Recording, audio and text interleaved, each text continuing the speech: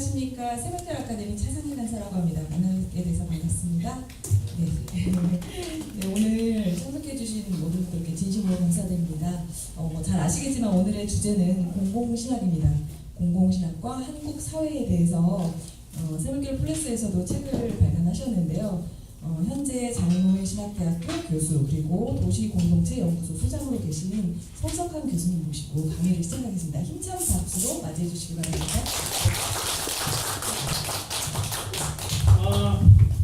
반갑습니다. 네, 지금 본교 제가 있는 교회 학교에서는 그 영성교회 관련해서 그 반대 집회 교수들이 학생들이 하고 있는데 오늘도 날짜를 겹쳐가지고 제가 여기 와 있어서 좀 마음이 무겁습니다. 사실은 날씨도 안 좋은데 우리 단식하고 계시는 김성호 목사님 설교하시거든요 오늘. 그래서 같이 계시고 그래야 되는데 날짜가 이렇게 잡혔습니다.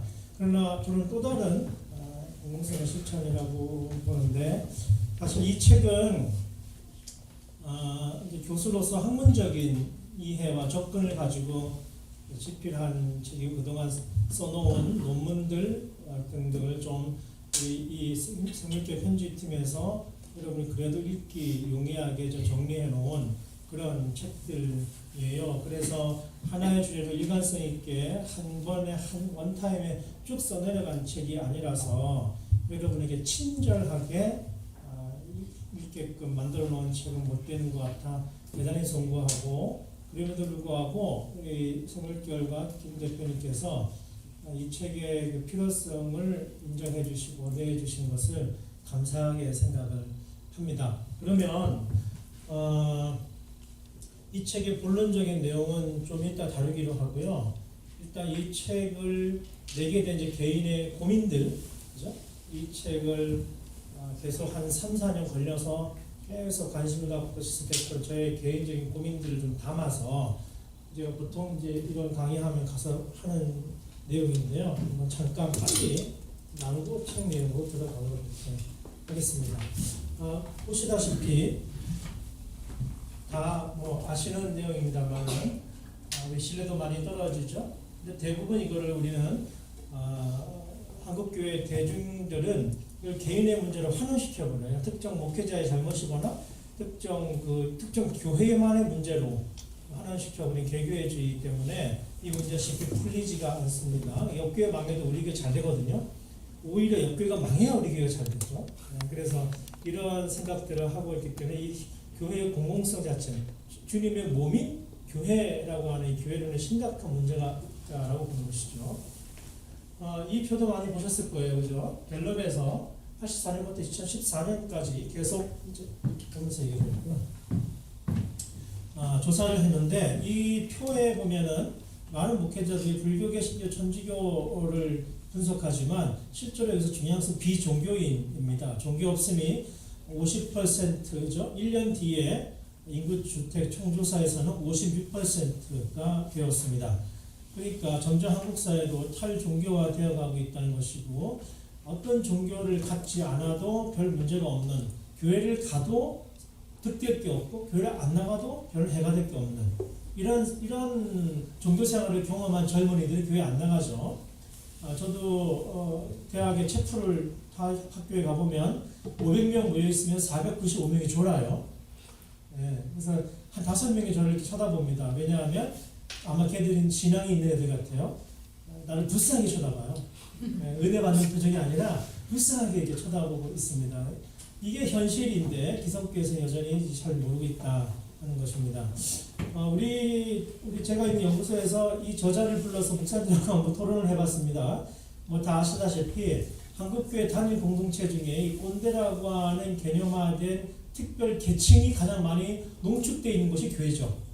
자기 말만 하고 남 얘기 안 듣고 자기 경험을 강조하고 계속 우겨대는 이런 것이, 여기에 질려버린 이 90년생들이 이 저자는 82년생이래요. 근데 본인이 그 CJ의 인사 담당, 그러니까 아주 독사로서 인사 담당 훈련시키는 담당이었는데 어느 순간부터 애들이 말을 안 듣더래. 신입사원이 이상하다, 도대체 이러지. 근데 9시까지 출근하세요 그러면 보통 8시 반까지 오는 게 상는데 진짜 9시까지 오더라는 거지.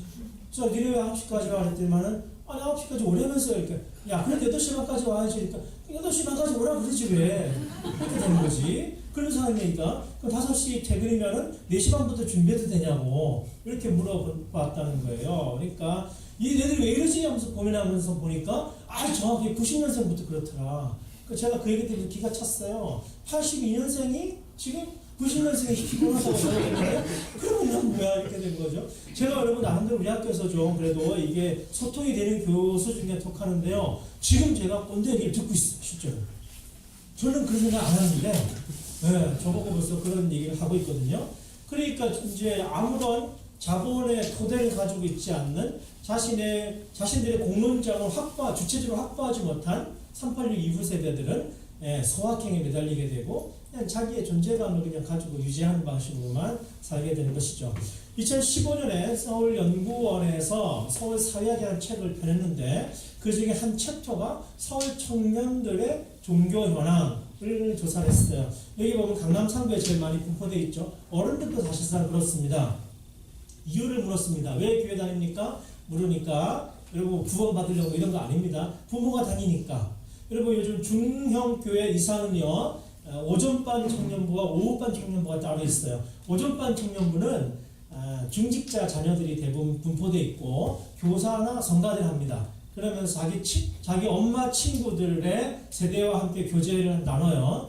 오후반 청년부 즉 그 교회의 노동력을 지불하고 노동력을 지원하는 청년부들은 대체로 외부에서 들어온 애들인데 이 아이들이 열심히 봉사하죠. 10년 뒤에 누가 남아서 중직을 여러분 유산을 이어받을까요? 네, 오전반 아이들이 그 교회의 중직자를 이어받습니다. 무슨 얘기냐면 한국교회가 점점 외부 유입하는 새로운 DNA가 없어질 거라는 거예요. 왜 오후반은 남아나지 못할까요? 부모의 연대적 세습적 유대감이 없으면 한국교회에서 유지하기 어렵습니다. 그 얘기는 자 그럼 왜 강남에 집중되어 있을까요? 부모로부터 더 물려받을 게 많은 청년들이 여기 강남 3구의 청년들이겠죠. 그렇기 때문에 더 강력한 유대감을 발휘하게 되는 것이죠. 아마 여기 중형교회 이상 한번 들어가서 살펴보세요. 오전반, 오후반 청년부는 한국교회 대체적인 현상입니다. 저도 사실 오후반 출신이었어요. 그러면 이제 동정교배 현상이 일어납니다. 동정교배 현상이 일어나면은 한국교회 역동은 현저히 떨어지게 되어 있습니다. 그래서 이 연구 보고서에 따르면은 종교도 경제 상황과 맞물려 돌아간다. 이 결론을 내렸어요. 치욕적인 거죠. 자, 국립에서 조사했습니다. 서울시 학력별 종교인구, 소득별 종교인구, 직업 분류별 종교인구, 개신교가 탑이에요. 돈 많이 버는 사람, 많이 배운 사람, 높은 사람. 아니나 다를까 지금 매스컴에 나오는 사고 치는 사람들의 대부분이 기독교인이라는 걸 우리가 알 수가 있죠.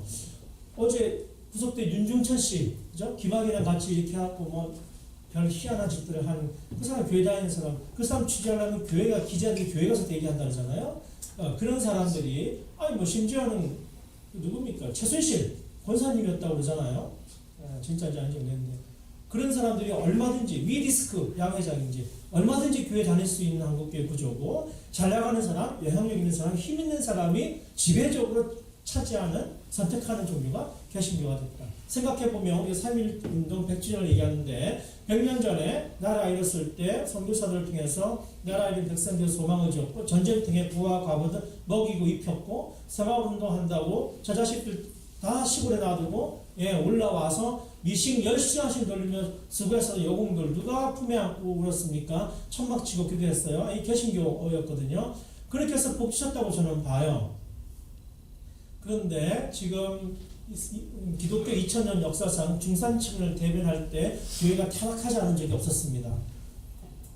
그럼 등산층 못 나오게 해야 되느냐? 그렇지 않죠. 성경에서 말씀하시잖아요. 마음이 가난한 자 또는 가난한 자 그 심정이 없으면 하나님 나라 소유를 가질 수가 없어요.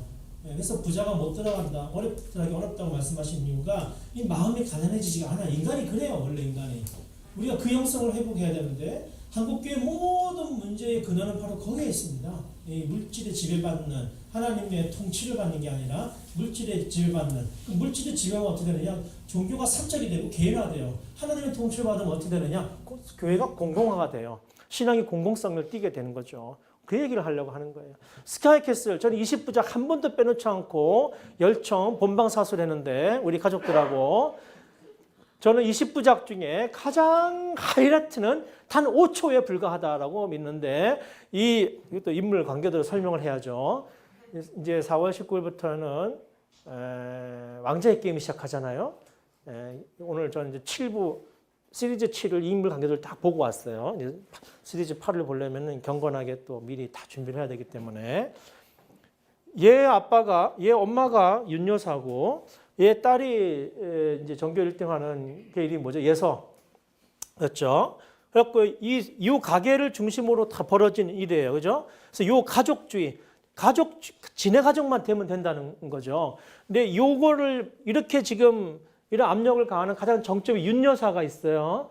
그 윤여사가 그 남편도 의사였고 이 사람 자기 아들을 병원장으로 만들려고 그러고 뭐 이런 구도인데 이 윤여사님이 자기 친구들하고 함께 차 마시면서 대화하는 장면이 5초 정도 나오는데 그때 이 친구들이 윤 여사를 뭐라고 호명하느냐? 권사님. 이 권사님은 그 친구들 집사 이렇게 호명한 한 5초 정도 나오는데 전 20부작 전체를 압도하는 결정적 장면이다. 대부분 분명히 대형교회 권사님이었을 거예요. 이분은. 저는 확신합니다. I'm sure. 100%. 이게 이제 우리 한국교회가 이 작가가 어떤 종교적 상상력을 발휘했는지 모르겠지만 매우 적절한 비유가 아니었던가. 나 이렇게 생각하고 이거야말로 한국교회 오늘을 잘 보여준다. 이분은 우리나라의 여성 팬이 제일 많대요. 전 세계에서. 정말 보통이 아닌 보통이죠. 이 사람이 한국에 왔을 때 제가 물었습니다. 인생에 있어서 제일 중요한 게 뭐냐? 첫째, 아트. 두 번째, 러브. 아트 앤 러브래요. 근데 이 아트 앤 러브는 인간이 왜 살아가는지에 대한 의미를 부여하기 때문에 그렇다는 겁니다. 그러면 이 의미를 부여하는 기관이 누구냐? 바로 교회와 학교라는 거예요. 근대에서는. 근데 지금 자본에 의해서 전부 다 잠식돼서 교회와 학교가 이 기능을 제대로 발휘하지 못하고 있다. 그래서 본인이 만든 게 아트 앤 러브예요. 스쿨 오브 아트예요. 이태원에 지점이 와 있죠. 교보문고에 가면 여기 텍스트북이 다 나와 있는데 뭐 부부의 삶, 뭐 돈은 어떻게 쓸 것인가, 인생의 의미란 무엇인가. 미적분이 우리의 삶을 윤택하는 게 아니라 그건 아인슈타인 같은 애들 한 명 있으면 돼요. 우리의 인생의 의미를 학교에서 가르쳐주라고 만들어놨더니만은 돈벌이를 하고 있다 이렇게 하는 거고. 종교가 없으면 인간에게 공동체도 없고 용서도 없고 사랑도 없다는 거예요. 이 사람은.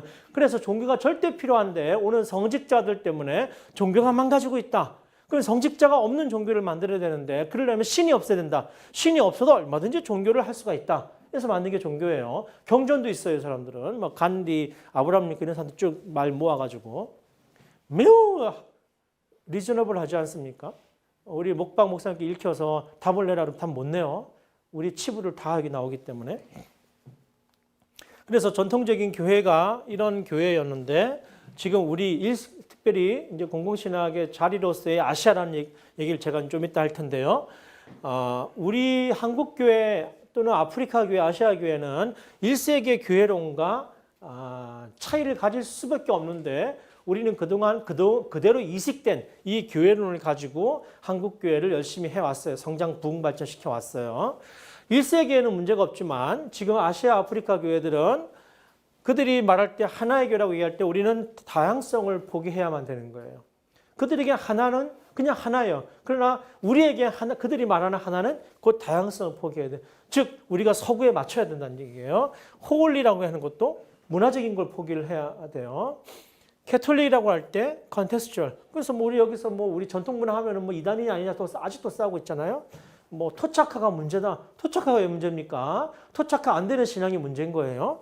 사도적 교회나 평신도 교회 이런 것들 1세기에서는 문제가 안 되지만 우리같이 3세기에서는 요게 약하게 된다는 것이죠. 그러니까 지금 우리가 해야 될 새로운 교회 인식은 이쪽으로도 강조가 되는 거예요. 이쪽으로 강조가 된다고 해서 이걸 포기하는 게 절대 아니라는 거. 이걸 강조하게 되니까 지금 복음주의권에서 시작된 교회 2000년 역사상 최초로 등장한 미국발 복음주의 영성, 즉 개인주의 영성, 2000 역사 중에 처음 나타난 거예요. 그 개인주의 영성이 한국교회를 지배하고 있고 0.5%밖에 안 되는 장로교 중에 50%가 한국교회에 있는데 이게 다인 줄 알아요. 그러나 대부분의 많은 교회들은 여전히 공공성을 띠면서 각자의 나름대로의 복음을 표현하고 있는 교회들이 전 세계에는 더 많이 있습니다. 이 실체를 우리가 알아야 되는 것이죠. 그래서 이런 질문을 제가 하게 됩니다. 신앙은 개인적인 것인가?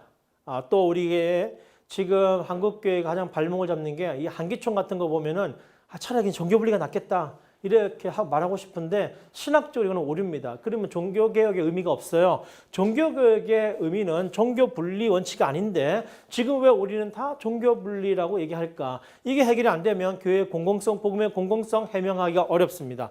사적교회와 공적교회 마찬가지죠. 복음의 공공성과 교회의 공공성은 바로 우리 신앙이 이신칭의의 개인적인 차원의 것에 머무르지 않는다. 바울도 우리 안 목사님이 좋은 책 내셨잖아요. 로마서 하나님 나라. 그 책 읽어보면 금방 해명이 되는 것이죠. 우리는 그동안 신앙이 하나님과 나와의 개인적인 관계에서 퉁치면 된다. 이렇게 배워왔어요. 하지만 그렇지가 않습니다. 신앙은 공동체적인 것이고 처음부터 공적이었던 것이에요. 부활의 사건, 우리가 이제 좀 있으면 부활절인데 부활의 사건은 항상 공적인 사건으로 우리에게 다가오는 것이지 결코 우리에게 개인적인 사건. 그래서 구원파도 아닌데 자꾸 구원 언제 받았냐고 물어보고 그러면서 구원파 막 욕하고 이런 이상한 일을 우리가 하고 있잖아요. 하나님이 하시는 일은 내 개인에게 사건으로 들어오시지만 그 사건은 더 큰 사건 안에 있는 사건이에요.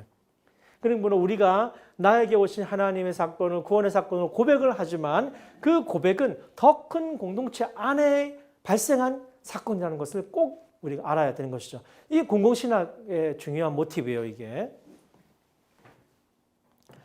자, 이거는 하여튼 그래서 그 국가와 교회가 똑같이 하나님의 기관이라는 사실을 루터가 얘기한 것이고요. 그전에는 교회가 압도했잖아요. 중세시대는. 제일 중요한 건 이신칭의보다 만인사제론이 더 중요합니다. 우리가 지금 회복해야 될 영성 중에.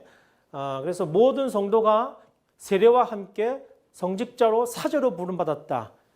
목사나 우리 같은 사람들은 훈련받아서 전문적으로 교회를 섬기라고 파송받은 사람들이고 여러분 우리 모든 사람들은 세례받은 모든 사람들은 또 각자가 파송받은 곳에서 성직자로 세상을 섬기라고 파송받은 선교사인 것이죠. 그래서 우리는 모두 다 사실은 너나 할 것 없이 하나님이 파송하신 선교사로서의 삶을 이 땅에 살아가야 되는 것입니다. 그러면 종교개혁이 왜 변질했느냐?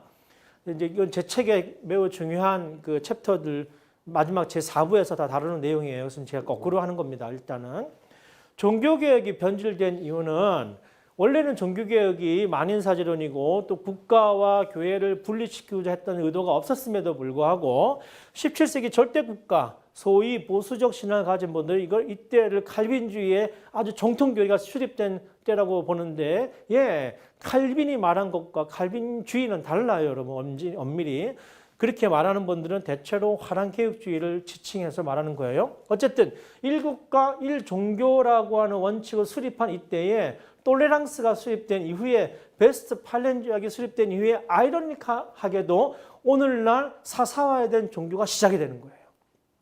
이게 왜냐하면 계몽주의 그 2세기 지나서 19세기에 공가사회 이원론. 자, 국가가 또 그 교회가 서로의 다른 영역을 관장하면서 똑같이 하나님께 영광을 돌리는 것이다 라고 했는데 17세기에 일국가 일종교가 법으로 정착되면서 19세기 계몽주의가 어떻게 얘기했냐면 오케이 근대세기가 이렇게 시작이 됐잖아. 그러니까 교회는 영적인 부분만 관장하고 나머지 일들은 전부 다 공적인 일들은 국가에게 맡겨놔. 이렇게 얘기가 되게 된 것이죠. 이거를 근대세계의 원칙으로 근대세계의 마땅한 가치처럼 받아들이는 우리가 지금 원리가 된 것이죠. 그래서 공과 사가 엄격하게 구분되는 사태가 이때부터 시작이 되고요.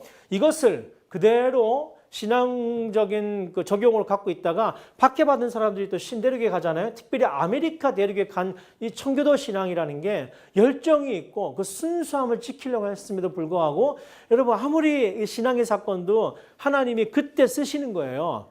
그때 쓰시는데 그 명함은 반드시 있습니다.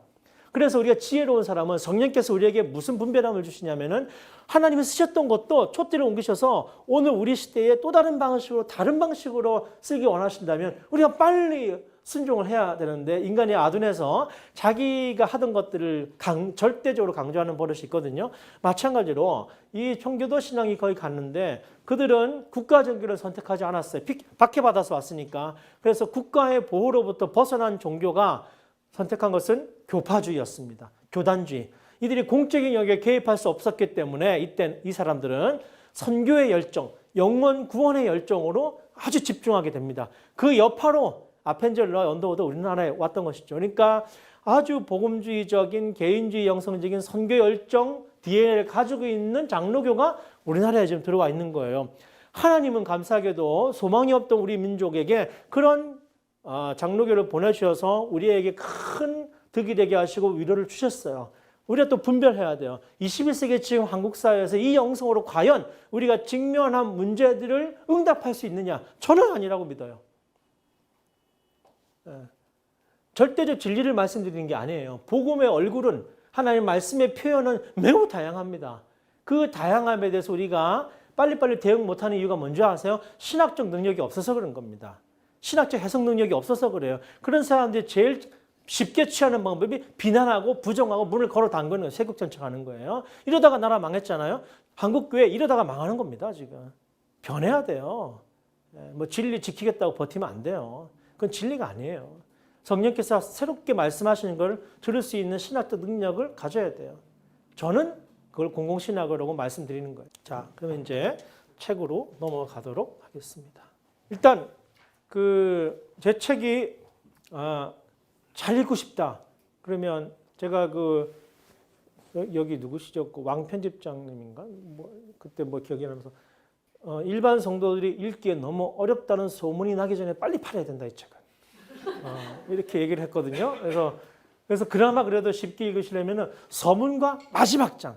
한국에서 공공신학자가 산다는 것이 무엇인가? 요 두 개, 앞뒤로 요 두 장을 확 먼저 읽고 읽으셔야 이게 좀 들어오세요. 그 방법을 이렇게 알려드리고, 공공신학과 한국사회 이렇게 이제 했고, 부제를 후기 세속사회 종교담론과 교회의 공적 역할.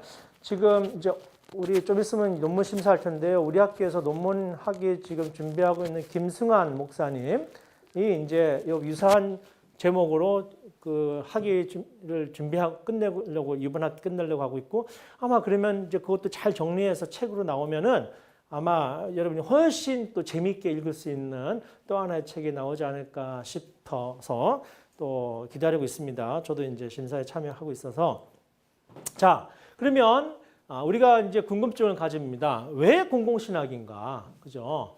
왜 공공신학인가? 아니 교회의 사회적 책임 또 몇몇 학자들은 보니까 뭐 옛날 하던 교회가 공적으로 책임을 져야 된다. 교회가 뭐 공적인 교회가 돼야 된다. 이런 얘기 하던 거 그냥 그대로 옛날처럼 사용하다가 거기다 그냥 공공신학자만 붙였던데 뭐 그 얘기 아니냐.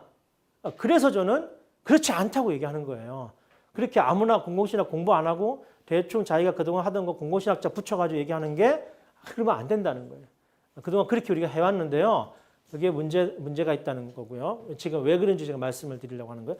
왜 공공신학이 우리에게 필요한가? 지금 우리가 하나님이 우리를 파송하신 21세기 한국 사회에서 한국교회가 하나님의 나라를 증언하고 하나님이 원하시는 일을 하기 위해서는 지금 전통적인 신학으로는 안 됐다고 저는 생각을 해요. 예.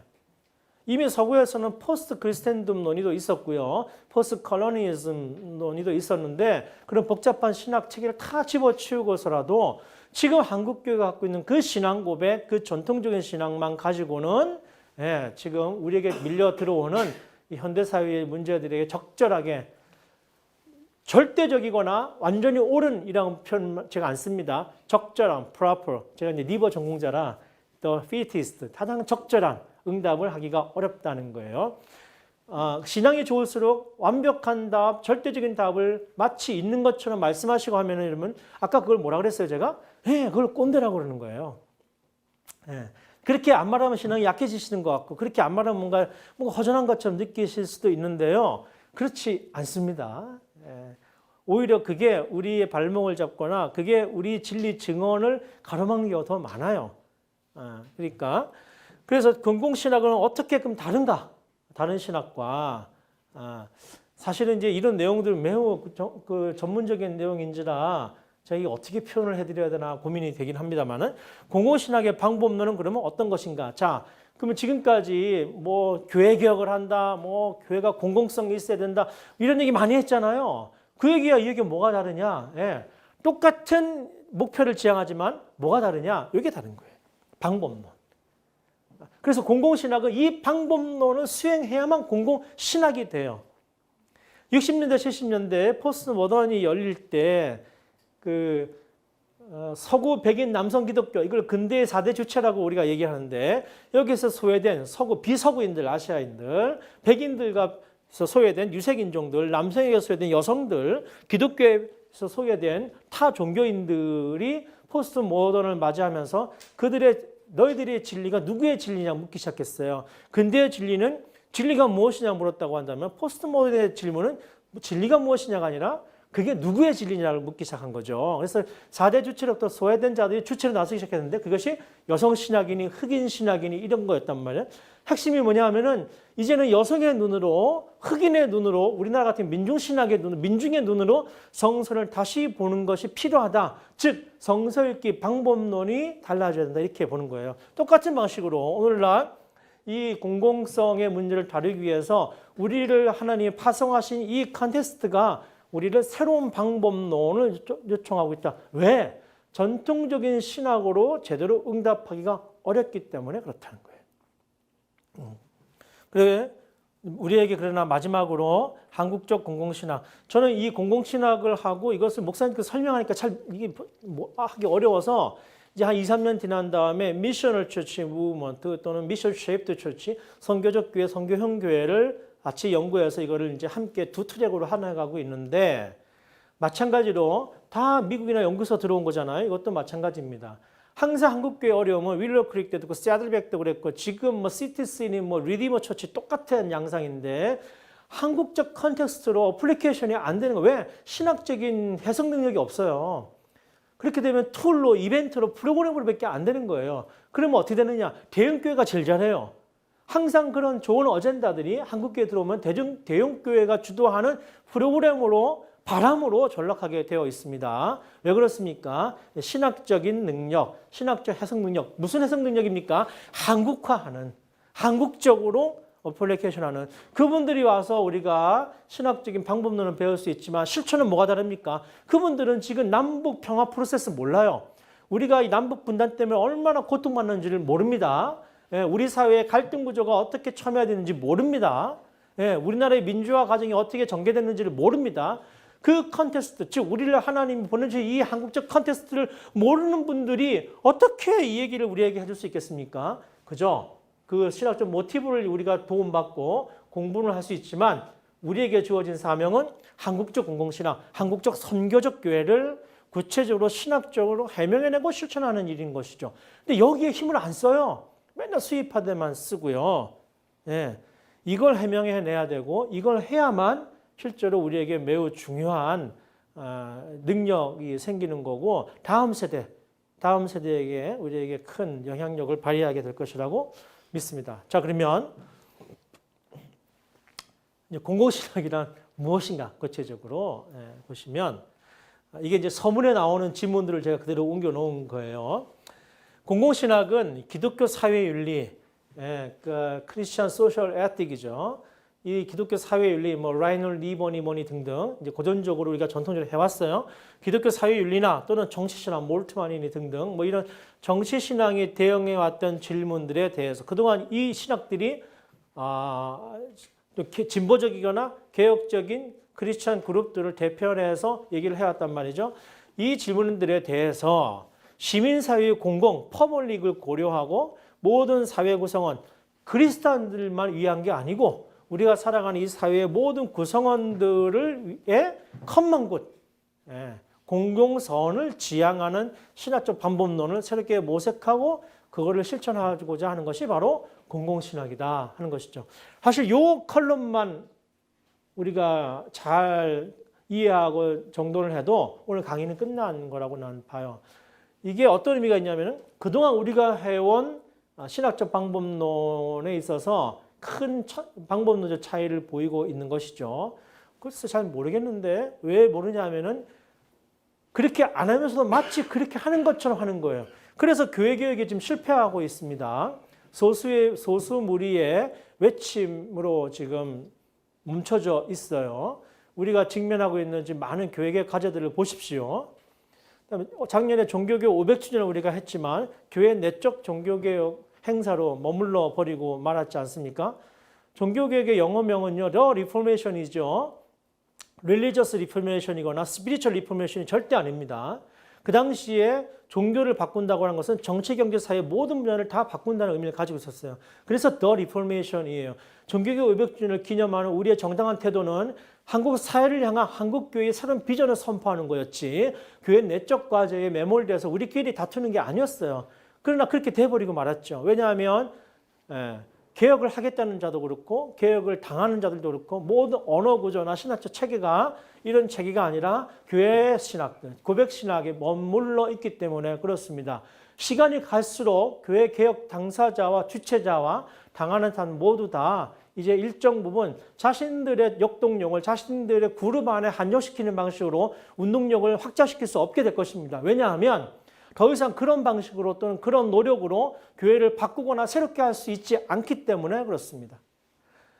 촛불 집회 있을 때 제가 얘기했던 것은 제발 범대위에 같이 참여해서 이야기해라. 제발 기독교인들이 따로 모여서 집회하고 이런 거 하지 마라. 자꾸 우리의 그랜말을 우리 안으로 묵지 말아라. 여기도 아니고 저기도 아니라고 말하는 하나님 나라의 임재를 예루살렘도 아니고 사마리아도 아니라고 하는 임재를 자꾸 우리 안에 독점적 공간과 독점적 시간에 특정화해서 하나님 나라를 국한시키지 말아라. 우리를 파송한 이 세계의 그 언어로 변화시켜서 말할 수 없다면 이제는 그런 게 작동되지 않을 거예요. 그래서 여전히 명성교회, 여전히 사랑교회가 존속 가능한 겁니다, 여러분.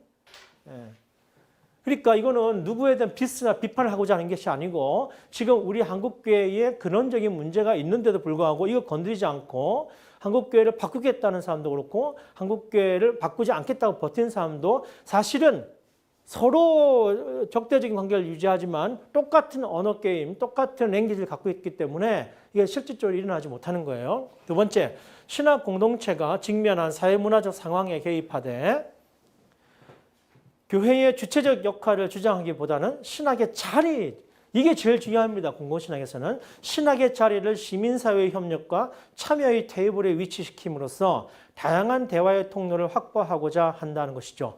자, 공공신학의 자리는 어디냐면은 원탁이에요. 라운드 테이블이에요. 시민사회지. 그러나 지금까지의 신학의 자리는 교회였다는 것이죠.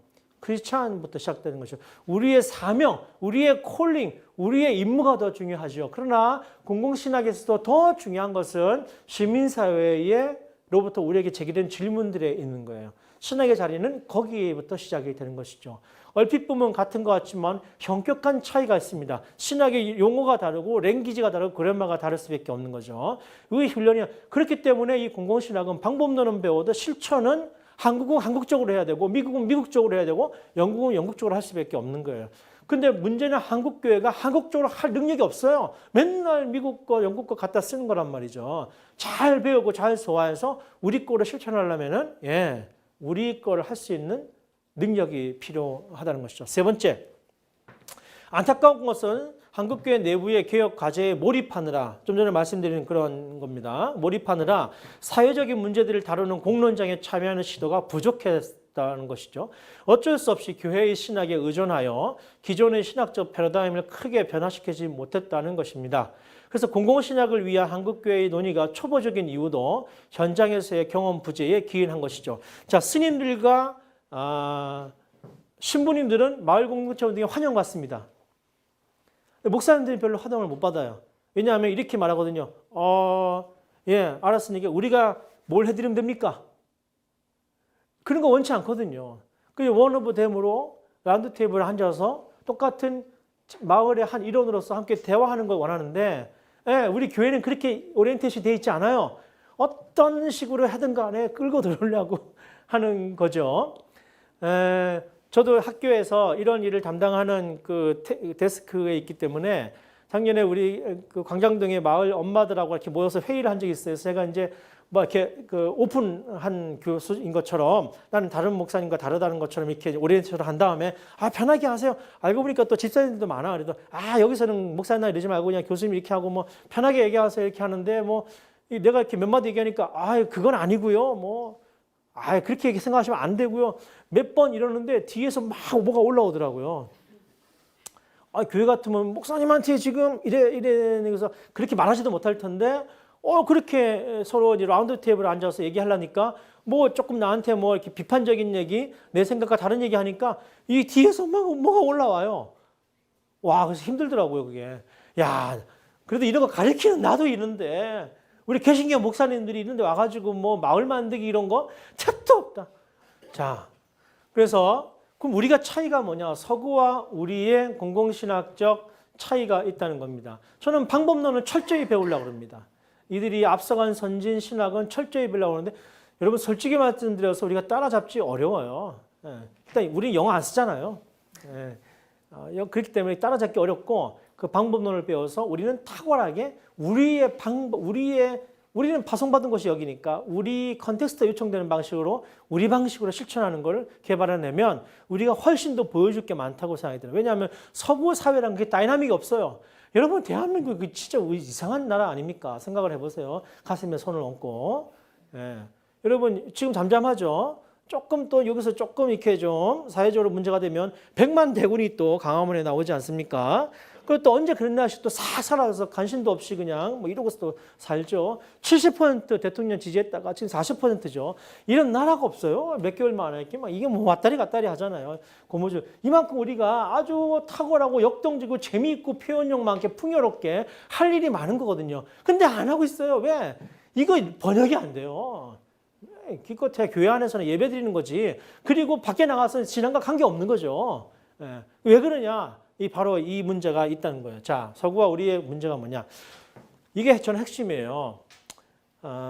서구의 시민사회, 16세기 부르주아 계급이 등장하면서 왕과 귀족들에게 포획되지 않는 자기 사유재산을 만들어내기 시작을 했어요. 이러면서 시민사회 공간이 생겨났습니다. 하버마스에 의하면 최초의 시민사회적 공간이라고 하는 것은 쭉 여론장이라고 하는 것은 어디입니까? 그러면 살롱, 카페, 파리의 카페였단 말이에요. 또 우연하게도 그 카페의 지하에서 류미에르 형제가 최초의 영화 상영을 했다는 것 여러분 아시죠? 상업적 영화 상영의 최초가 바로 그 지하였어요. 그러니까 현대 문명, 문화의 공론장의 상징적인 공간들이 다 카페나 이런 데서 시작이 됐는데 이 시민사회 공간이 그렇기 때문에 사유재산 보호 또는 자기 자유, 국가와 귀족으로부터 독립된 자유를 누리는 것으로부터 시민사회가 형성이 된 게 서구의 역사입니다. 그러나 제국주의를 경험한 19세기 제국주의를 경험한 뒤에 제국주의로부터 벗어나서 독립을 한 3세계 국가, 아시아, 아프리카 국가들은 이런 식으로 시민사회가 형성되지 않았습니다.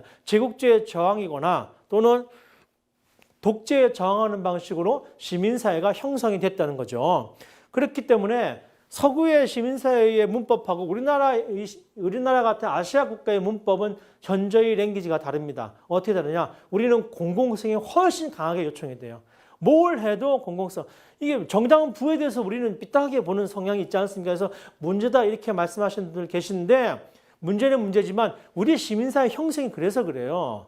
힘에 대한 강력한 절대적 힘에 대한 저항으로부터 우리는 생겨났기 때문에 독재에 싸웠고 제국주의에 싸우는 방식으로 시민사회가 형성이 되었기 때문에 만약에 우리 한국교회가 오늘날 21세기의 한국 사회에 보냄받았다고 고백을 한다면 바로 이 한국 사회에 요청되는 공공성과 정의 어젠다에 긴밀하게 세심하게 친밀하게 응답하지 않으면 절대 선교 불가합니다. 절대 불가능해요. 이걸 몰라요. 기독교 지금 기성세대가 꼰대라서. 이거 알면 여러분 한국 사회에서 가장 강력한 잠재력의 에너지를 갖고 있는 데가 교회입니다. 이거 세상이 다 알아요. 정부도 알고 셰우씨도 알아요. 이걸 랭귀지 번역이 안 되는 거예요. 우리가 왜 보수라고 욕을 먹는지 아십니까? 제가 장로님들 만나면 말씀드려요. 30년 동안 교회 정체성 지키겠다고 버텼는데 우리가 우루 가가지고 우파가 된 게 아니에요. 그냥 버텼는데 0.2 이동해서 우리가 우파가 됐어요. 그러면 우리가 조금만 좌우로 움직이면 그나마 중도파니까 안심하고 움직이셔서 다음 세대와 대화를 하시라고 말씀을 드려요. 자꾸 일정 부분 어떤 부분들을 비판하고 비방하고 비판해서 해결된 문제가 아니고 한국사적인 거대한 흐름으로 봤을 때 한국교회가 지금 그런 위치에 처해 있고 우리가 만약에 이 한국 사회의 시민사회적 공감대를 형성하기 원한다면은 지금 하고 있는 전통적인 교회 신학 갖고 안 되고요.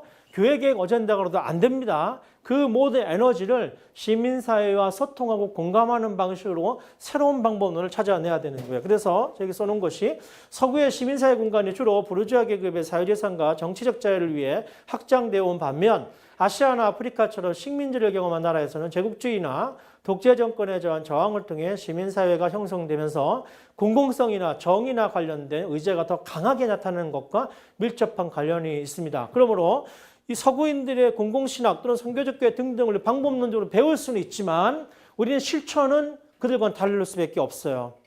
세월호에 응답하지 않고서 절대 오늘날 한국교회가 선교 못합니다.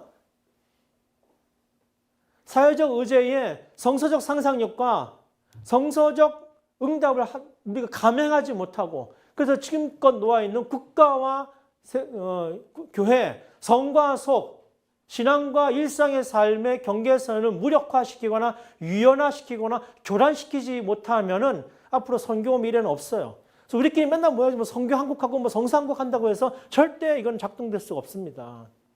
그럼 우리끼리 그냥 감격하는 거예요. 우리가 100주년, 3.1운동 100주년 한다고 누가 신경이나 썼습니까? 종교회 500주년 한다고 누가 밖에서 신경이나 씁니까? 왜 이렇게 되느냐? 옛날 시대가 바뀌었다는 거예요. 하나님이 우리를 새로운 곳으로, 새로운 상황으로, 새로운 시간과 공간으로 파송하셨어요. 그 파송의 의미를 우리가 빨리 알아야 되는 거예요. 종교개혁이 성공했을 수 있었던 것은 그 당시 하나님 500년 전에 그 종교개혁 세력들을 파송한 그 시대의 분별이 명확했고 거기에 대한 성경적 비전과 결단과 용기가 있었기 때문에 가능한데 오늘 한국교회가 그걸 못하고 있다는 거예요. 열정이 있고 잠재력도 있고 에너지도 있는데 여러분 지금 이 문제를 제대로 포착을 못하고 있다고 저는 이제 보는 겁니다. 자, 그래서 공공신학자들이 그럼 어떻게 얘기를 해왔느냐. 이게 뭐 과도하게 신학적인 내용인지라 일일이 다 설명하기에는 그렇고 지금 프린스턴의 그 공공신학연구소 그다음에 공공신학을 대표하는 공공신학 저널이 있는데 이 저널들을 운영하고 또 창립한 윌리엄 스토라라는 사람이 있고요. 이 사람이 이제 뭐 오리진은 아닌데 지금 굉장히 중요한 사람이고 그다음에 덩컨 포레스터는 에딘버러 대학에서 유럽 전통의 공공신학이라는 언어를 최초로 사용하고 실천한 분이에요. 그래서 이 덩컨 포레스터라는 분을 우리가 꼭 기억을 하고 있어야 될 필요가 있습니다. 그래서 이분은 아까 말씀드린 대로 기독교 사회 윤리를 하신 분인데 신학의 자리는 공공이지 교회가 아니다. 그러나 여전히 기독교 윤리, 사회 윤리를 하셨던 분으로 우리가 알고 있습니다. 그다음에 미국에서는 벨라, 이 사람은 라일드 리버를 얘기하면서 미국의 앞으로 이데올로기는 시민 종교가 돼야지 기독교는 너무 특정 종교라서 안 된다. 이렇게 얘기했던 분인데 거기에 대해서 마틴 마티가 제 서문에 다 나오는 얘기입니다. 마틴 마티가 라일드 리버 Public Theology and American Experience 요 번역에 이렇게 쓰면서 처음으로 퍼블릭 디올로지라는 말을 쓰면서 그렇지 않다. 기독교도 얼마든지 퍼블릭 디올로지로 가능하다. 이렇게 말한 사람이 마틴 마티예요. 이렇게 시작해서 미국의 공공신학의 랭귀지 역사가 시작이 되는 겁니다. 지금 현재적으로 가장 영향력 있는 공공신학자라고 한다면은 이제 은퇴하셨는데 프린스턴에서 스택하우스라고 말할 수 있습니다. 지구적 위기, 지구와의 경제적 문제를 다루셨는데 직면한 상황에서 가치와 윤리의 통찰력을 공공영역에 개입시키는 교회의 노력이 공공신학으로 전환되어야 한다고 주장합니다.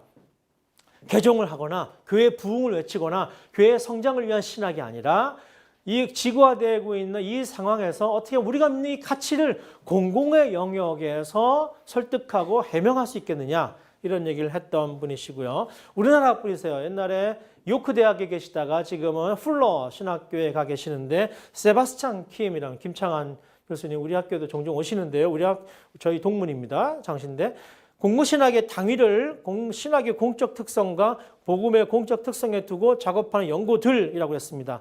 사례를 들면 이런 거죠. 여러분들이 잘 아시는 존 스토트 목사님이 쓰신 현대 사회 문제들의 응답 뭐 이런 얘기 있죠. 이런 책 있죠. 그다음에 레슬리 누비긴이 쓴 다원주의 사회의 뭐 점점점 이런 책이 있죠.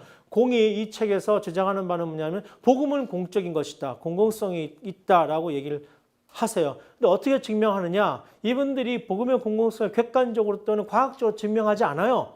어떻게 증명하냐면은 세속사회, 즉 근대주의가 객관성이라는 것을 어떻게 확보하느냐? 증명 가능한 것으로 객관성을 확보한다. 그러나 이것은 실제로 절대적인 객관성이 아니다.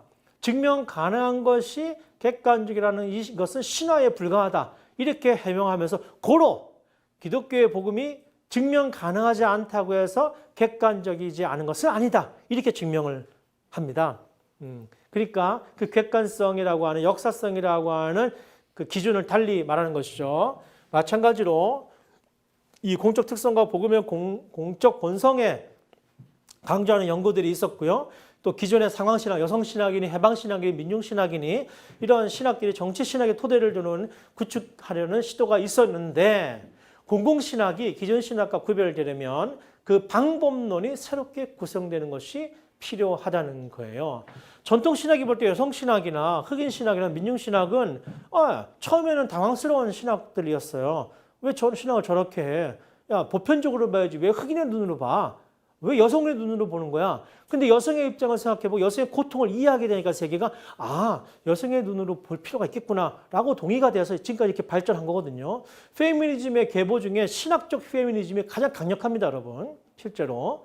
그만큼 기여가 많았어요. 마찬가지로 공공성을 다 얘기했지만 오늘 이 시대에는 공공신학적 방법론이라는 게 지금 요청이 된다. 이런 뜻인 것이죠.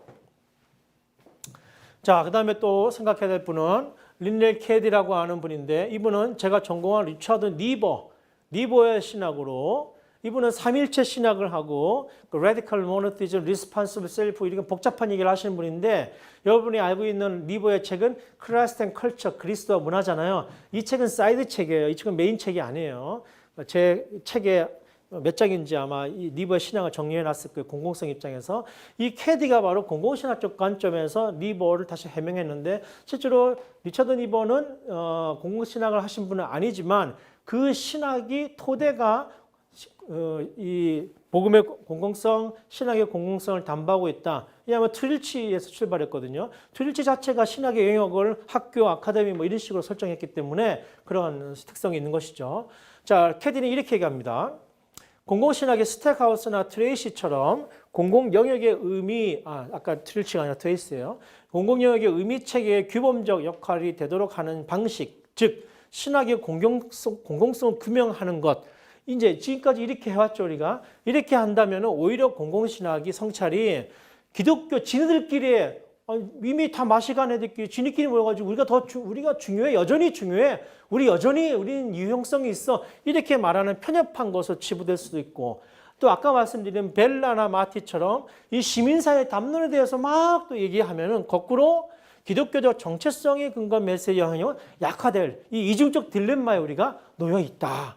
고로 이 니버가 얘기하는 그런 삼일체적 관점에서 이 공공신학적 토대를 놓을 필요가 있다. 이렇게 제안을 하고 있는 것이고 저한테 그렇지는 남아프리카 공화국 케이프타운 대학에 있는 보네포 전문가인데 이분도 인종 갈등의 현장이 이 갈등 구조를 어떻게 공적으로 좀 해명하고 해법을 만들 수 있을 것인가를 얘기하다가 퍼블릭 디올로지를 한 분이고 중요한 분이에요. 저는 개인적으로 아주 주목하고 있는 학자 중에 한 사람이 이 하롤드 브라이덴버그예요. 이 사람은 공공신학의 특징을 아까 방법론이 중요하다고 했잖아요. 이 방법론을 아주 구체적으로 제시한 사람입니다. Constructive Method라고 그래요. 우리나라 말로 하면 구성적 방법이다. 신학자들이 일방적으로 얘기하거나 목사님들이 일방적으로 얘기하는 메시지나 방법론으로 구성되는 신학이 아니고 구성적 방법, 담론적 방법이라고 그래요. 디스코스라고 그래요.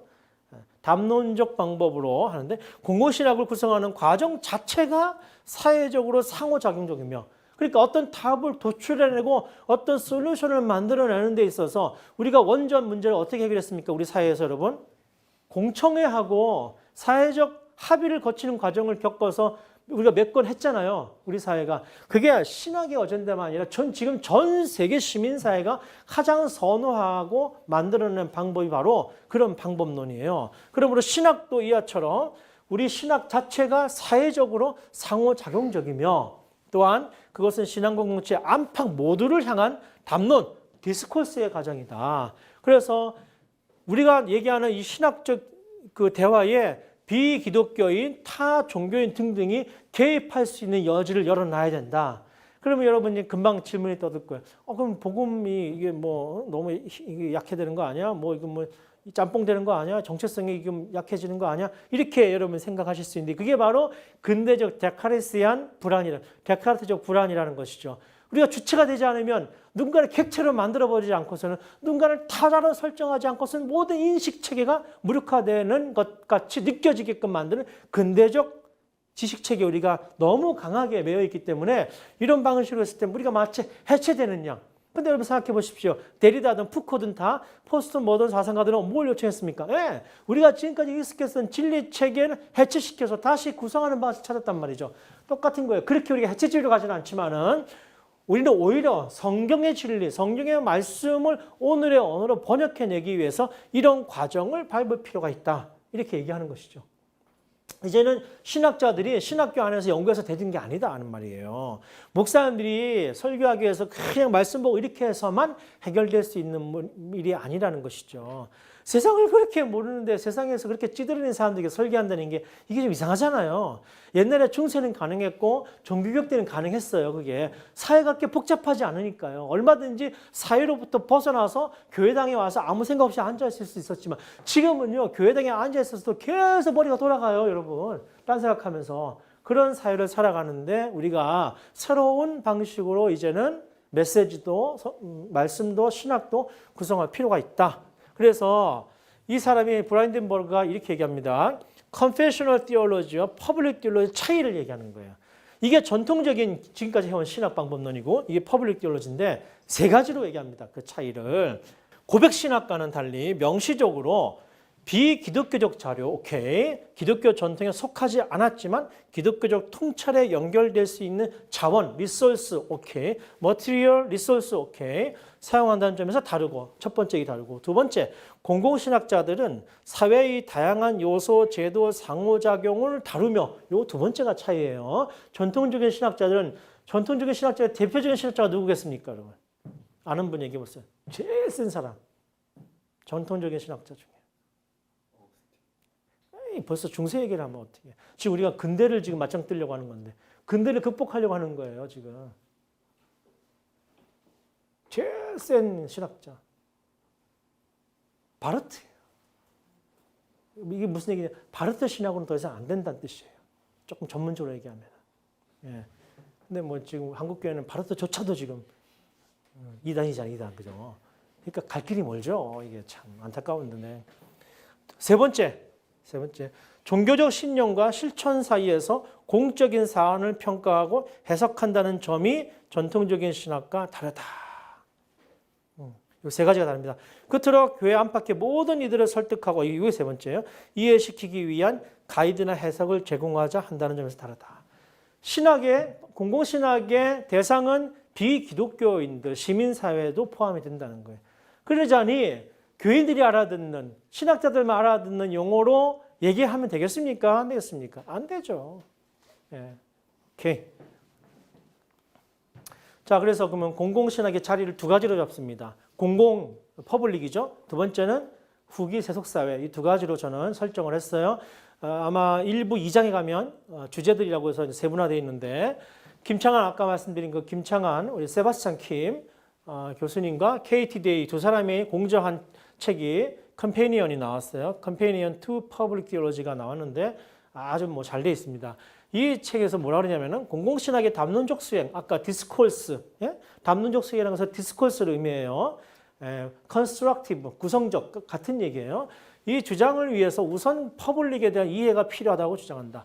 공공을 단일체 혹은 부정형, 무정형, 어떤 딱 답이 없다는 거예요. 무정형으로 인식하면 기독교 내부의 논의로 국한될 수밖에 없다는 사실을 지적하며 우리가 항상 교회 외부의 세계, 저 바깥의 세계를 그렇게 인식해 왔는데 그러면 이렇게 된다는 거예요. 공공신학은 공공영역의 본성에 대한 성찰과 우리가 참여해야 될 공공들을 명료하게 하는 작업이라고 보았습니다.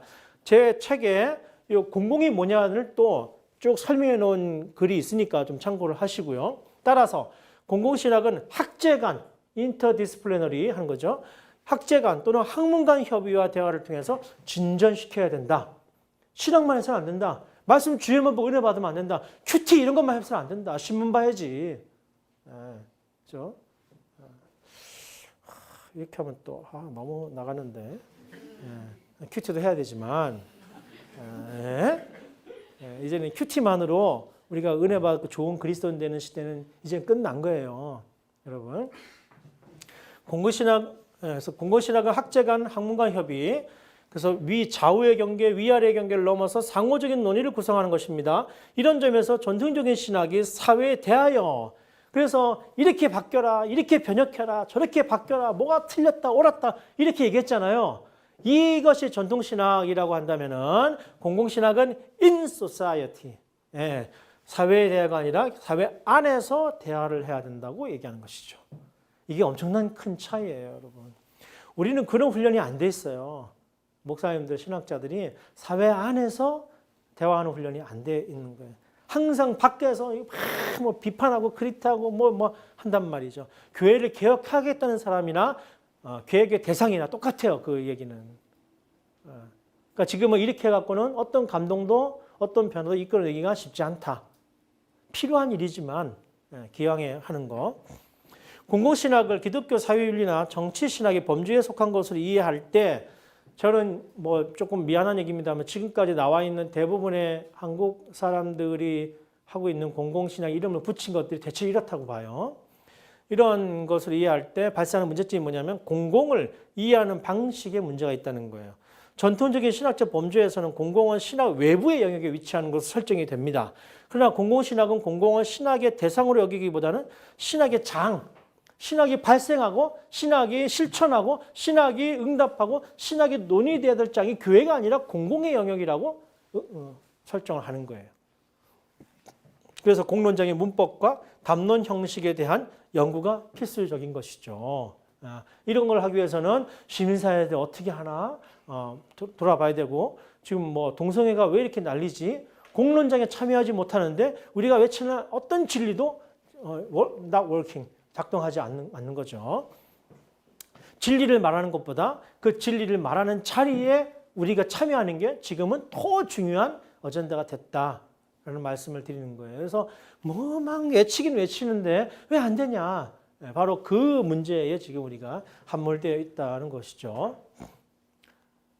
자, 그러면 두 번째 장으로서의 그 주제로서의 우리 신학 그 포스트 세큘라 소사이어티 근대화 시작되면서 세큘라 사회 세속주의가 발전했다. 그러니까 세속화된다는 것은 근대화된다는 것이고 근대화된다고 해서 도시화된다는 것이고 도시화된다고 해서 산업화가 된다는 것이고 그 얘기는 종교는 찌그러져 가지고 개인의 영역에만 남아 있게 된다. 이게 이제 세속화 이론의 핵심이었어요. 피터 버거나 이런 사람들이 그게 완전히 틀렸다는 게 지금 이제 증명되고 있다는 거예요. 오히려 지금 모든 세계의 공적 분쟁에는 배후에 다 교회가 있고 종교가 있고요. 9.11 이후에 그게 더 첨예화되고 있지 않습니까? 지금 유럽의 문제는 이슬람과 기독교의 문제예요. 자, 여러분 미국의 문제 보세요. 전부 종교적인 문제죠.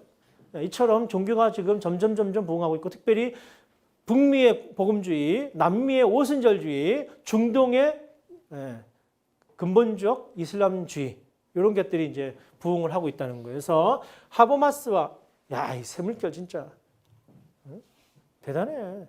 이 책을 냈어요. 이 책을 절판이라 구할 수 없습니다. Dialectics of Secularization. 2004년에 위리겐 하버마스와 조셉 라친거가 2004년에 만났습니다. 뮌헨 아카데미 하우스에서 만났어요. 당시 라친거는 바티칸 신학부 장관이었고요. 이후에 베네딕토 16세 교황이 되고 지금 현 프란시스코 교황의 전임자입니다. 거의 비슷한 동네에 살았지만 이 두 사람이 이날 처음 만났어요. 한 사람은 당대가 우리가 인정하는 현존하는 가장 최고의 사회학자, 정치학자이면서 프랑크푸르트의 직계 마지막 근대주의자라고 말하는 하버마스, 막스주의자죠. 이성과 합리적 판단, 정치를 통해서 세상을 얼마든지 변화시킬 수 있다고 말하는. 그러나 이 사람은 신을 인정하고 보이지 않는 세계를 믿으며 신학을 통해서 세상을 변화시키겠다는 사람.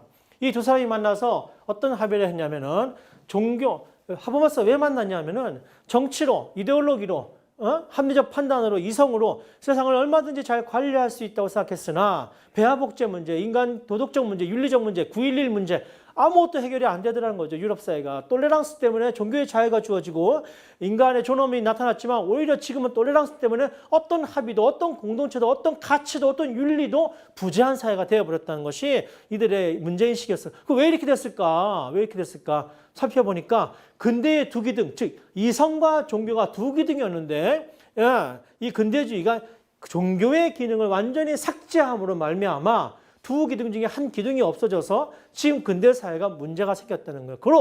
고로 이 근대의 두 기둥이었던 종교가 다시 공적 영역으로 복원해서 이 사회의 중요한 가치들을 다시 생산해내는 문화적 저장고, 즉 Reservoir of Meaning, 문화적 실천. 제가 이 책 인터뷰 어느 다른 잡지에서 했는데 딱 물어보 기자가 이걸 왜 문화적 실천이라고 말씀하십니까? 제가 감동받았잖아요. 그 단어 뽑아내기 어렵거든요. 웬만하면 읽어서는요.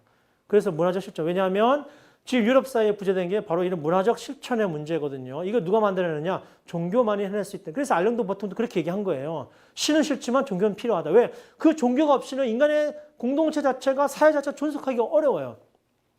촛불이 안 되잖아요. 문재인 정부 들어와도 이게 뭐 안 되잖아요. 왜 안 되는지 아십니까? 그보다 더 중요한 건 정치가 잘 되려면, 이성이 잘 돌아가려면, 합리적 어젠다가 잘 돌아가려면 그걸 떠받치고 있는 보이지 않는 것 같은 이 심층적의 윤리, 공동체, 사랑 이런 것들이 사회적으로 공감대가 있어야 되는 거예요. 그래야 돼요. 그래서 누군가는 손해를 보고요. 누군가는 희생을 하겠다고 그러고요. 누군가는 이타적 삶을 살아야만 이 구조가 정치가 돌아가고 다 돌아가는 거예요. 정당이 아무리 싸워봐야 이렇게 죽을 때까지 싸워야죠. 여야는 얘네들은. 앞으로 죽을 때까지 싸울 거예요. 왜 이게 왜 안 되느냐. 초창기도 해가지고 안 된다니까요. 이거는 권력에 결탁하는 것밖에 안 돼요. 야합하는 것밖에. 우리가 할 일은 그런 게 아닙니다.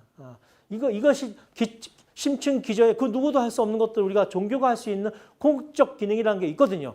이거를 이 사람이 딱 얘기하는 거예요. 그래서 이 이후로 이 막스주의자가 종교 담론을 엄청난 책을 냅니다. We are missing. 우리가 놓친 게 뭐냐? 이 종교의 공적 기능이다.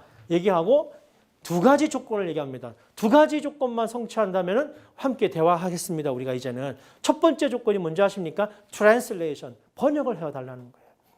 교회에서 하는 얘기 그대로 갖고 오지 마시고 우리도 막스주의자도 정치도 알아듣게 해주십시오. 예컨대 이런 거죠. 교회에서 만문과 싸우라고 말하면 박수 받지만 똑같은 얘기인데 신자유주의 독점체제와 맞서 싸운다 얘기하는 건 좌빨이 되잖아요.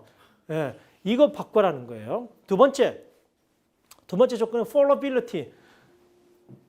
하버마스 얘기하는 공적 공간의 구조 변동, 의사소통 이런 게 많이 하잖아요, 이 사람이. 그 핵심이 뭐냐면은 우리가 라운드 테이블에 앉아서 디스코스, 담론을 하고 구성적 방식을 하면서 대화를 해나갈 때 오류 가능성, 너도 틀릴 수 있고 나도 틀릴 수 있다는. 그래서 서로 더 좋은 합의에 이를 수 있다고 이 오류 가능성을 가지고 나오라는 거예요.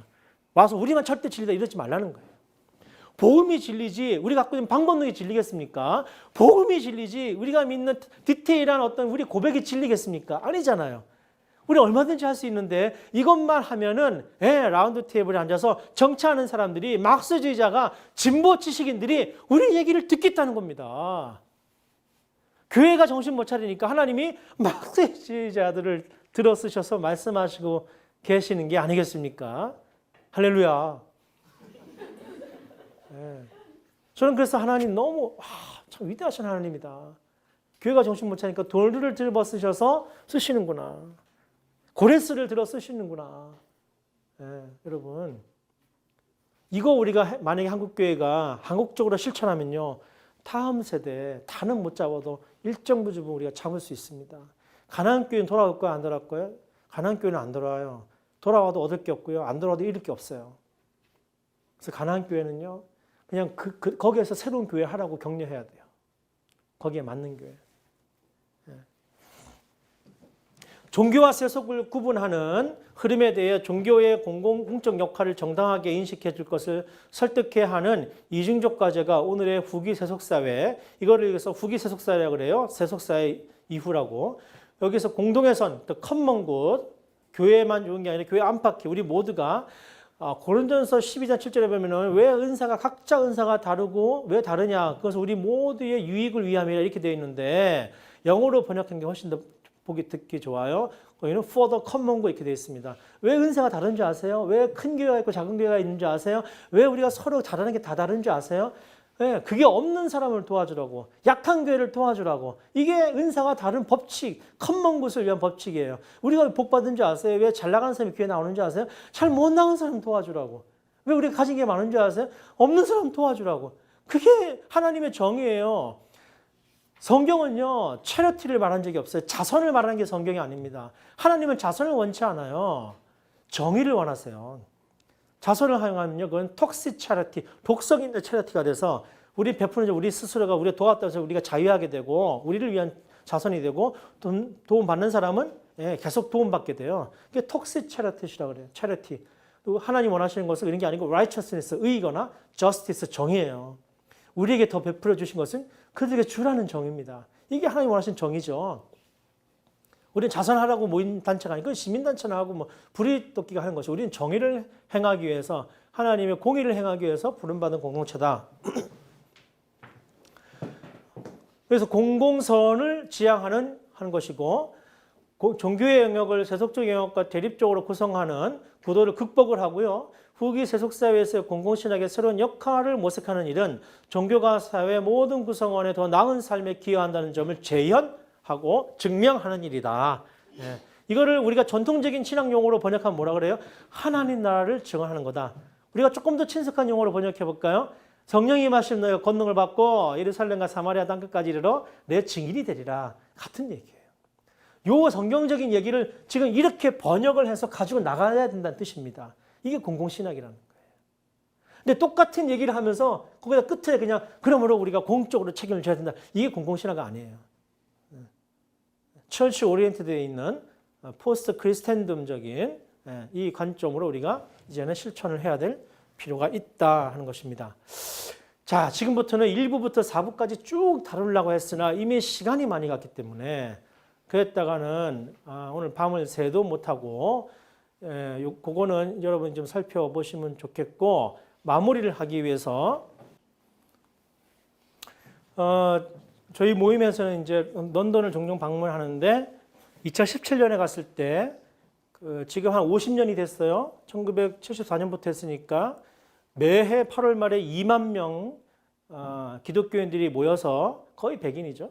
2만 명이 모여서 Faith Culture Justice라고 하는 주제를 가지고 50년 동안 그대로 천막 치고 3박 4일 동안 기독교 문화 축제를 여는데 거기에 핵심이 저스티스예요. 할아버지부터 유치원생이 다 모여요. 3박 4일 2만 명이 모여서 영국교회 죽었다고 누가 그럽니까? 우리는 뭐 쪽수 많으니까 우리는 살아있나요? 이들이 모여서 영국 사회의 정의로운 변화를 위해서 기도합니다. 중동 평화를 위해서 기도해요. 한반도의 평화를 위해서 기도합니다. 특별히 3년 전에 갔을 때는 텍스 저스티스, 영국의 조세 정의가 이루어지게 해달라고 기도했습니다. 이런 기도를 하면서 3만 명이, 2만 명이 모여가지고 3박 4일 동안 막 떼창을 하고 그래요. 우리가 한국 사회의 정의로운 한국 사회 구현을 위해서 장로님들과 청년들이 모여서 기도한 적이 있나요? 그것도 2만 명이. 이것과 구령의 영원 구원과 교회 부흥 발전 이것과 이 이격된 간격을 우리가 어떻게 메울 거냐는 거예요. 2017년에는 이 그린벨트 주제가 커먼 굿이었어요. 마침. 그래서 너도 아니고 나도 아니고 나다. 처음 봤을 때 얘는 미국이야 뭐야 했더니 그게 아니고 어스 우리.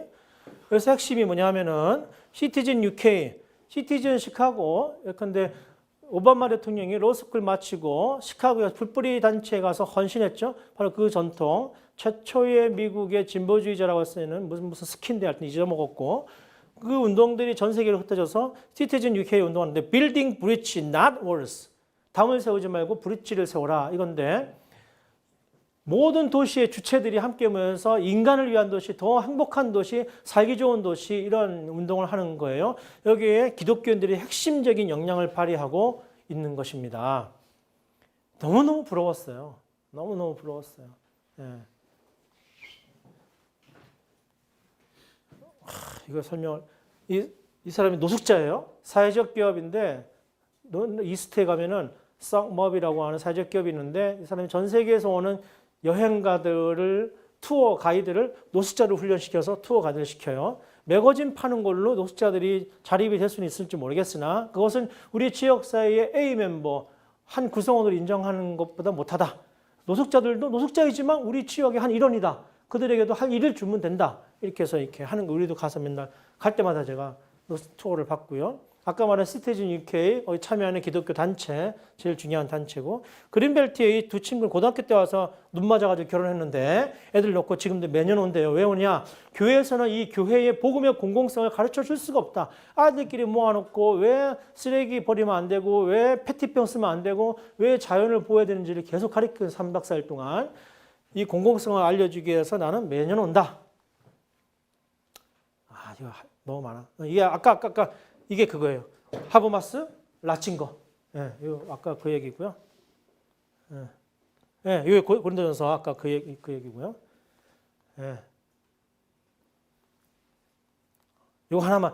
워낙 우리 팀 켈러가 핫하니까 이것만 하고 마치겠습니다. 지금 팀 켈러 우리나라에서 오역되고 있어요. 이렇게 되면 또 새들백 골라고 저 윌로크릭 골라입니다.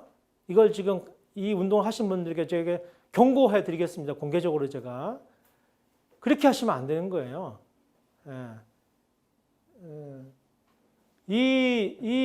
제가 벌써 10여 년 전에 여기 몇 번 방문했을 때 이분이 팀 켈러는 이미 Next Decade라고 하는 스테이트먼트를 발표하고 10년 뒤에 나는 65세 은퇴할 거고 그때는 어퍼, 미들, 다운으로 캠퍼스 3개를 나눠서 맨하탄을 섬길 것이다. 지금 그대로 하고 있는데 거기에 핵심이 뭐냐면은 호흡 포 뉴욕이라고 하는 이 교회가 만든 NGO 사역입니다. 이 NGO는 뭐라냐면은 맨하탄에 있는 수많은 NGO들을 리스트업을 해가지고 이렇게 가르치는 거죠. 교인들에게. 교회에 와서 예배드리고 흩어지고 교회 자꾸 오지 마라. 그 대신 너희 동네에 당신들 지역에 이런 단체들이 이런 일을 하고 있으니까 거기 가서 사역해라. 감동적이지 않습니까? 이거 10년 전부터 제가 열심히 얘기했어요. 우리 여기 큰 교회 가서 얘기하고 안 해요. 왜? 우리는 우리 깃발 내붙이고 우리 사진 찍어야 되고 우리 이름 내붙이기 때문에 이렇게 안 합니다. 이게 핵심이에요. 여기서 출발한 거예요. 이런 운동들에서 공공성이죠. 공적인 것이죠. 교회 지금은 이거를 교회 개척 운동으로 만들어놨는데 여러분 그렇지 않습니다. 더 핵심적인 것은 복음의 공공성, 교회의 공공성, 우리 삶의 공공성, 그리스도인들이 이 영역에서 시민사회에서 어떻게 이런 영성을 가지고 살아갈 것인가. 이게 되고 나서야 그게 되는 거예요. 근데 이게 지금 안 되고 있다. 자, 여기까지 하나만. 이거 해야 돼. Finding common good for the finding common ground for the common good. 잘 아는 소전의 대표인 짐 왈리스가 이런 얘기를 하는 겁니다. 워싱턴 DC에 원래 시카고에 있다가 이것도 얘기해. 왜 시카고에 이 사람이 어린 시절을 시카고 교회에서 보냈잖아요. 근데 백인 교회였어요. 근데 백인 교회에서 막 하다가 가난한 시카고 거기 이제 가난한 그때 흑인들이 많았으니까 시카고가 원래 가난한 사람들 백인 교회인데 막 돕고 그랬던 모양이에요. 근데 이 짐 월레스가 의문이 든 거예요. 아빠, 장로님들 그러면 그냥 흑인들하고 같이 예배드리면 안 돼요? 그럼 되잖아요. 그래서 난리가 난 거예요. 이 청년 시절에. 그래서 당회가 열리고 장로님들이 부럽다. 그건 안 돼. 거기서 환멸을 느낀 거죠. 그래갖고 이 사람이 소전을 만들면서 이건 아니다. 정의사역을 얘기하고 지금 민주당, 공화당 공에 영향을 끼치는 중요한 신학자가 되어 있기도 하고 이 사람이 그런 얘기를 하는 사람이고 그런데 이 사람이 이제 DC로 옮기잖아요. DC로 옮긴 유일한 이유가 뭐냐라고 물어봤는데 뭐라 그러냐면 여러분 잘 아시는 대로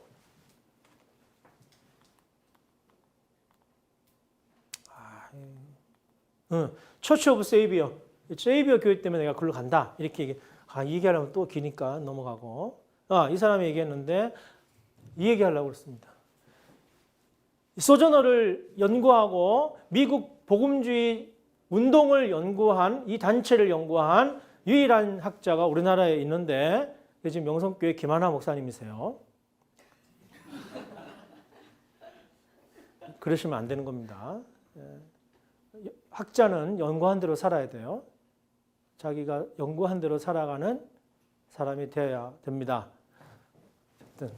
자, 여기까지 하겠습니다. 고맙습니다.